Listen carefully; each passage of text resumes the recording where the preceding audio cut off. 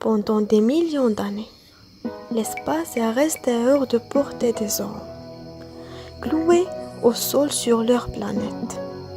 Sommes-nous seuls? L'univers est l'ensemble de tout ce qui existe, régi par un certain nombre de lois. La cosmologie cherche à appréhender l'univers d'un point de vue scientifique, comme l'ensemble de la matière distribuée dans l'espace-temps. Nos organisations sont aujourd'hui contraintes de concilier la compétitivité et la qualité de vie au travail, dans un double objectif de performance sociale et économique. S'ils veulent pouvoir compter sur un engagement durable de leurs collaborateurs, l'aménagement et l'organisation du temps de travail est l'un des sujets clés de cette problématique pour une majorité d'entreprises. La durée de la vie active. Cette idée qui semble faire l'humanité se faire une amélioration de conditions de vie. En France, le temps de travail est encadré par la loi et par le Code du travail. La durée légale du travail effectif est fixée à 35 heures par semaine. Le temps du travail effectif, cependant, le salarié a la disposition de l'employeur. Se conforme à ces directives sans pouvoir vaquer librement à des occupations personnelles. En général, le temps de restauration et le temps de pause ne font pas partie du temps du travail effectif, et aussi le déplacement pour se rendre sur le lieu de travail. La durée légale du travail pour un temps complet est fixée à 35 heures par semaine, 161 heures par mois et 1607 heures par an. Cependant, les dispositions conventionnelles ou collectives peuvent prévoir une durée de travail hebdomadaire supérieure ou inférieure à 35 heures.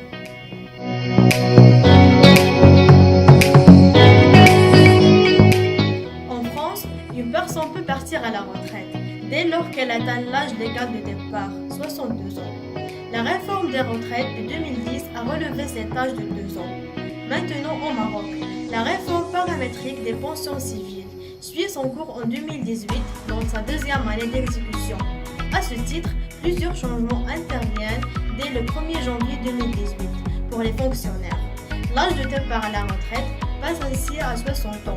Rappelons que la réforme paramétrique prévoit le relèvement de l'âge de départ à la retraite à 63 ans à raison de 6 mois par an.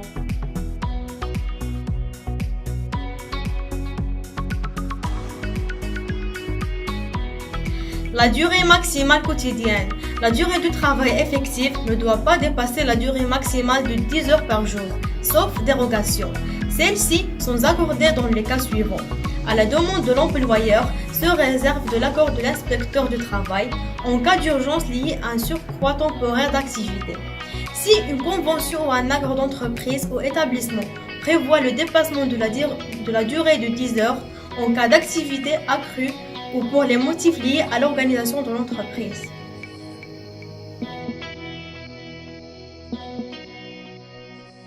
La durée maximale hebdomadaire. La durée de travail effective hebdomadaire ne doit pas dépasser les deux limites. 48 heures par semaine et 44 heures par semaine en moyenne. Les durées maximales hebdomadaires de travail autorisées. Par dérogation, la durée maximale sur une semaine peut être augmentée en cas de circonstances exceptionnelles, jusqu'à 60 heures maximum.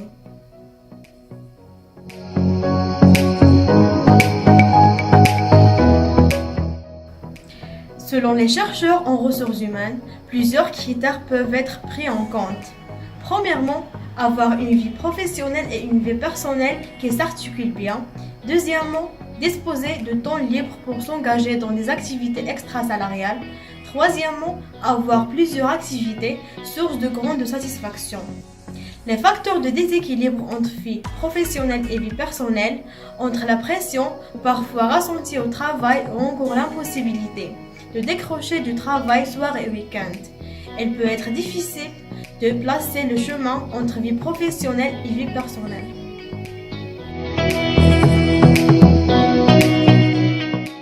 De plus, beaucoup de salariés restent un fossé entre leur travail quotidien et ce à quoi ils aspirent réellement. Ainsi, il est indispensable d'avoir un emploi qui propose des tâches variées et valorisantes. De même, il est important de trouver d'autres sources d'épanouissement, dont les loisirs ou le sport par exemple. Enfin, préserver la sphère privée est la base pour se sentir en appui au quotidien.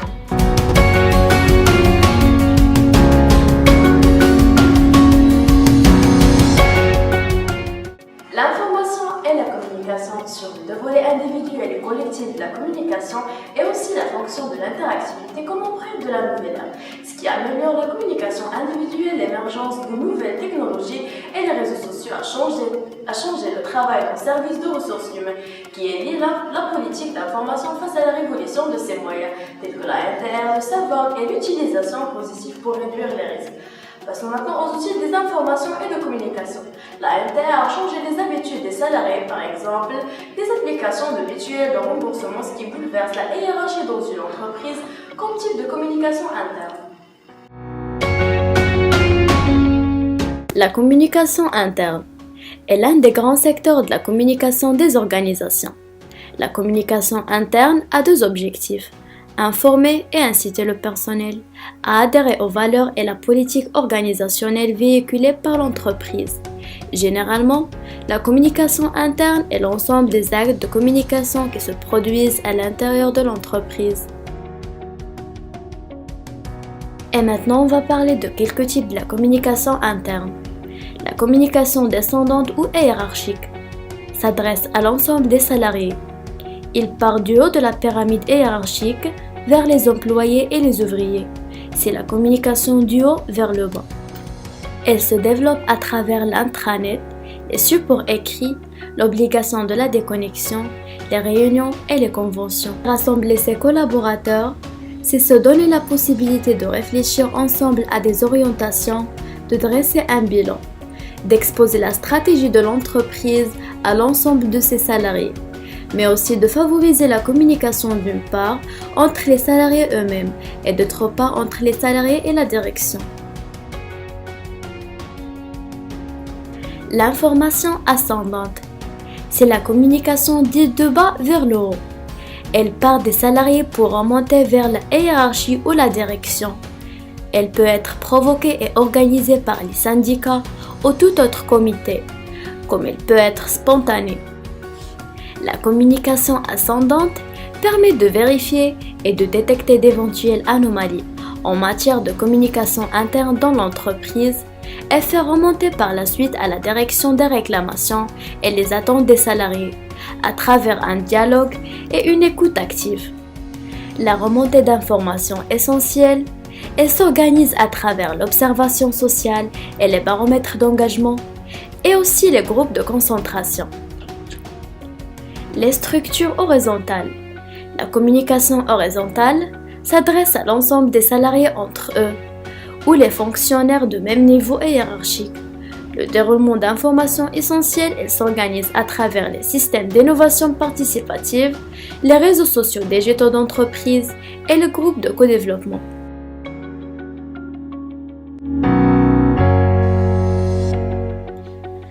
Avoir une réelle stratégie de communication est primordial pour l'image de votre entreprise. Alors, comment la mettre en place? Voici les 5 étapes clés à retenir. Premièrement, analyse votre environnement professionnel. Quel est votre marché? Qui sont vos concurrents? Et comment communiquent-ils? Quels sont vos points forts et vos points faibles? Deuxièmement, identifiez là ou les cibles que vous visez. Qui sont vos clients? Vos prescripteurs, vos partenaires. Quelle est leur localisation? Leur catégorie socio-professionnelle? Leurs besoins, leurs habitudes, suivant les caractéristiques de votre cible. Vous ne vous adressez pas à elle de la même manière. Troisièmement, définissez vos objectifs de communication. S'agit-il de vous faire connaître, de fidéliser vos clients, de développer vos ventes? Une règle importante à retenir, un message clair, véhiculant, une solide et forte sera le plus percutant. Quatrièmement, déterminez les médias et hors médias les plus adaptés pour véhiculer votre message. Site internet, réseaux sociaux, support et marketing, plaquettes institutionnelles, affichage. Choisissez les plus pertinents pour votre stratégie de communication. Cinquièmement, établissez votre plan de communication. Le plan de communication est un calendrier qui répertorie les actions à réaliser, leur périodicité, leur durée de réalisation et les moyens humains et financiers à y associer.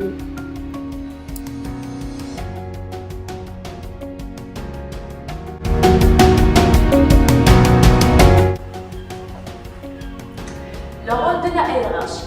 Pour assumer la responsabilité globale en matière d'information et de communication de responsables et hiérarchiques, il faut tenir 6 rôles. Premièrement, faire descendre l'information et partager une vision, représentation de la direction générale et faire partager la vision de l'entreprise. Deuxièmement, faire remonter l'information. Elle répond à double souci d'efficacité, contact de réalité, la motivation, transformation de responsables hiérarchiques et porte-parole de son service et créer un conflit de rôle. Troisièmement, faire circuler l'information. L'information est plus centralisée et ne passe plus nécessairement par la ligne hiérarchique. Trop d'informations tue l'information. La masse de messages qui circulent dans l'entreprise, plus important. Ceux-ci sont le plus non traités et non ciblés. Quatrièmement, faire entrer l'information dans l'entreprise, capter l'air du temps devient une responsabilité, partager de l'encadrement. Cinquièmement, participer activement aux réseaux sociaux numériques internes. Les responsables et hiérarchiques ont un rôle d'acteur et d'animateur de communauté. Sixièmement, de nouveaux impératifs. Alors ici, le responsable et hiérarchique doit favoriser la circulation de l'information dans son service.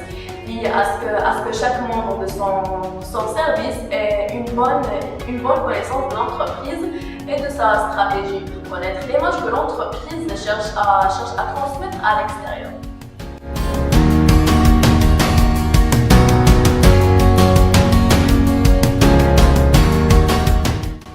Le dialogue social, ça vous parle? Oui, mais ça vous rappelle surtout des grèves dans les transports, des manifestations contre la loi travail, des syndicats en colère ou des patrons inflexibles. Ainsi, pour certains, vu des médias, l'équation du dialogue social se résume à loi travail égale 3 fois 49.3, 2 mois de nuit debout et 1 million de personnes dans les rues. En réalité, le dialogue social, c'est au quotidien des organisations syndicales et patronales, des branches professionnelles et des entreprises. Et ses partenaires débattent, s'opposent, négocient et trouvent souvent des compromis sur le temps de travail, les rémunérations ou encore la formation professionnelle. En chiffres, le dialogue social, c'est chaque année 36 000 accords d'entreprise, 1 000 accords de branche et une 50aine d'accords nationaux. Au niveau de l'opinion, si le dialogue social apparaît comme bon et utile pour 2 salariés sur 3, ils sont toutefois la moitié à penser qu'il a tendance à se dégrader, et avec la confiance dans le dialogue social.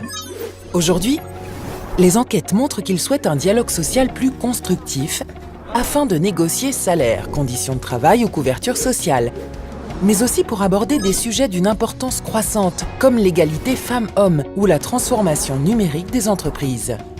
Parce qu'il bouscule le salariat, les conditions de travail et toute la vie des entreprises, le numérique représente un grand défi pour le dialogue social. Le numérique fait émerger de nouvelles entreprises plus agiles et de nouveaux statuts de travailleurs indépendants, mais pour qui se pose la question des droits sociaux. Le numérique nous permet d'exercer n'importe où et n'importe quand. Pratique, oui, mais vite envahissant. Il faut poser des limites, comme le droit à la déconnexion. Le numérique transforme aussi l'économie. Il détruit des emplois, mais en crée d'autres. Il faut alors développer la formation continue des salariés et augmenter leur agilité face à l'apparition de nouveaux métiers et de nouvelles technologies. Bref, avec le numérique, le dialogue social va devoir se réinventer. Aujourd'hui déjà, 40% des salariés voient les relations au travail modifiées par la digitalisation.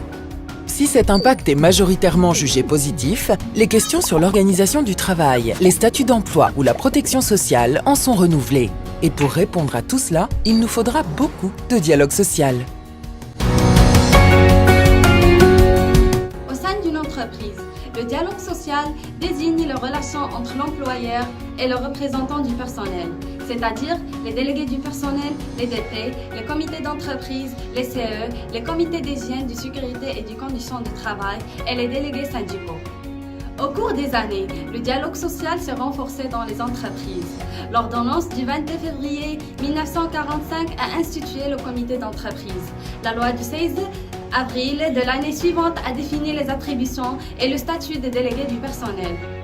À partir de 1968, les délégués syndicaux peuvent se réunir dans les entreprises, mais il faut attendre 1971 pour qu'ils aient le droit de négocier d'accords d'entreprise.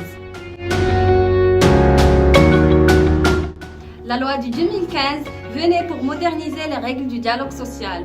Elle permet enfin aux salariés du TPE d'avoir des représentants élus par leurs soins.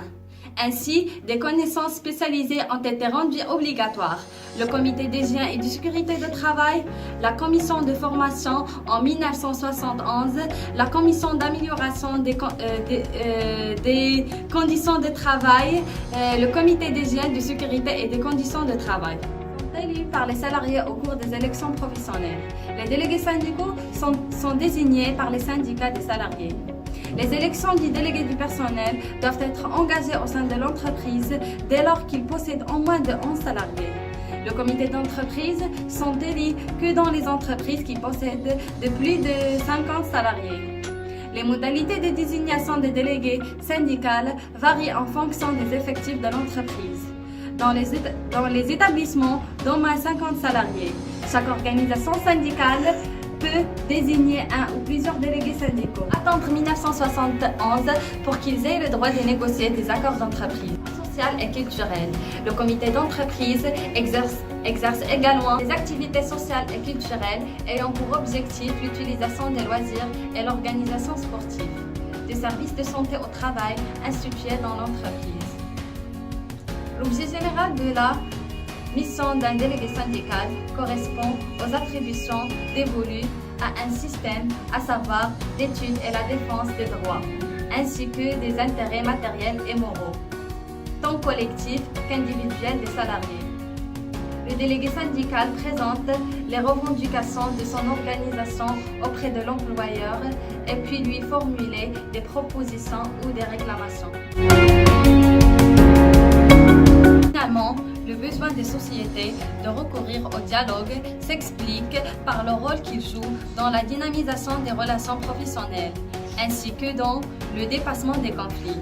En effet, la gravité de l'impact des conflits collectifs font que les différentes législations essayent de les circonscrire en mettant au point les moyens de les régler dans le cadre de la négociation et du dialogue.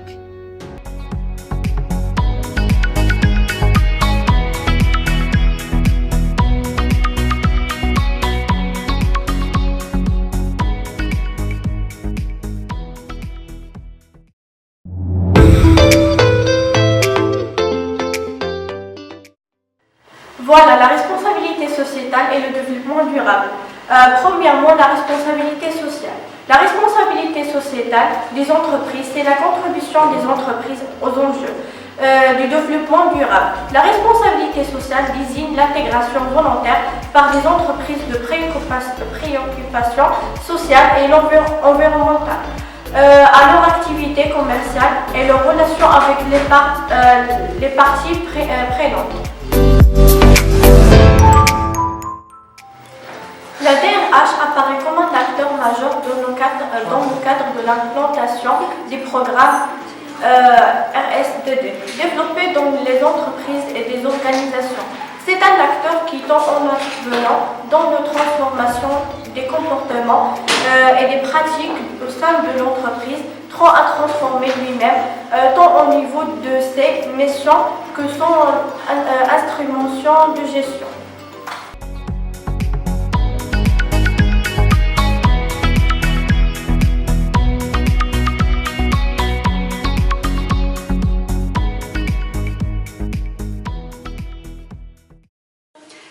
La fonction ressources humaines face aux transformations organisationnelles des entreprises. Les changements organisationnels pourraient être caractérisés comme une constante faisant partie intégrante de la vie des entreprises. Dans celles-ci, ils sont confrontés à un moment ou à un autre.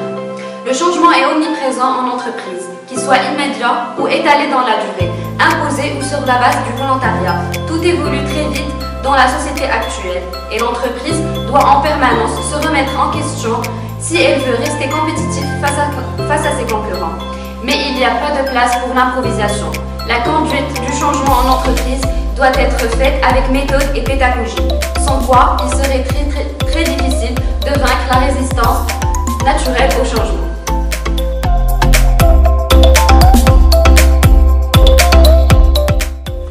C'est le rôle du management que d'organiser, motiver, équiper, diriger des gens, somme toute ordinaire, pour leur permettre d'atteindre leur meilleur niveau possible. Et de là vient l'approche du CDC qui s'est transformée depuis son apparition dans les années 1960. Un professeur de Harvard Business School, John P. Kotter, a mis au point une démarche reposant sur 8 étapes. Découvrons ensemble le modèle avec des conseils pratiques pour sa mise en œuvre. Créer un sentiment d'urgence. Les entreprises doivent développer un sentiment d'urgence. Ce sentiment d'urgence est spécialement important au moment où le monde des affaires change à un rythme sans précédent. Deuxièmement, créer une équipe de pilotage.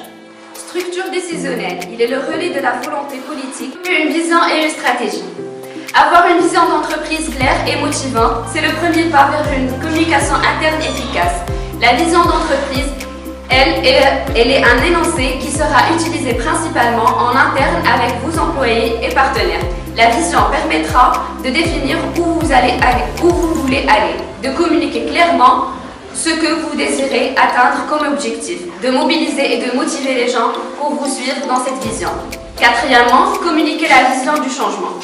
Il est primordial de communiquer en permanence sur la vision. Toutes les actions menées doivent être rattachées à la vision. Cinquièmement, responsabilité des salariés. L'une des premières conditions est de rendre chaque salarié auteur et acteur de son épanouissement et de sa performance professionnelle. Sixièmement, générer des victoires rapides. L'obtention de succès rapide est conditionnée à des objectifs réalisables à court terme. Septièmement, consolider les gains et produire plus de succès. Huitièmement, ancrer de nouvelles mesures dans la culture de l'entreprise.